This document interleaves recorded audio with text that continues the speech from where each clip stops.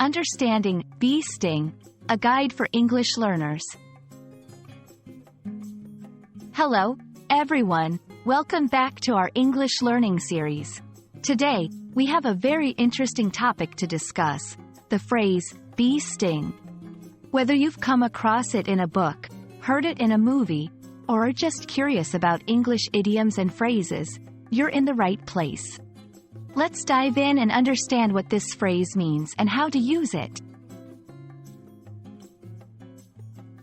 Bee sting is a compound noun made up of two words, bee and sting. A bee is a small, flying insect known for making honey. Bees have a sharp part on their bodies called a stinger, which they can use to protect themselves.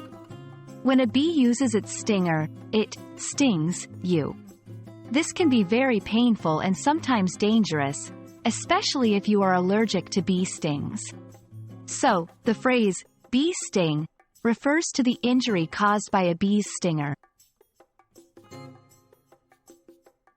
Now that we understand what a bee sting is, let's look at how to use it in a sentence. 1. I got a bee sting while I was gardening, and now my hand is swollen. 2. If you're allergic to bee stings, you should always carry an EpiPen. 3. To treat a bee sting, remove the stinger immediately and apply a cold compress. As you can see, the phrase can be used to talk about the experience of being stung by a bee, to refer to the allergic reactions some people have, or to discuss how to treat a bee sting.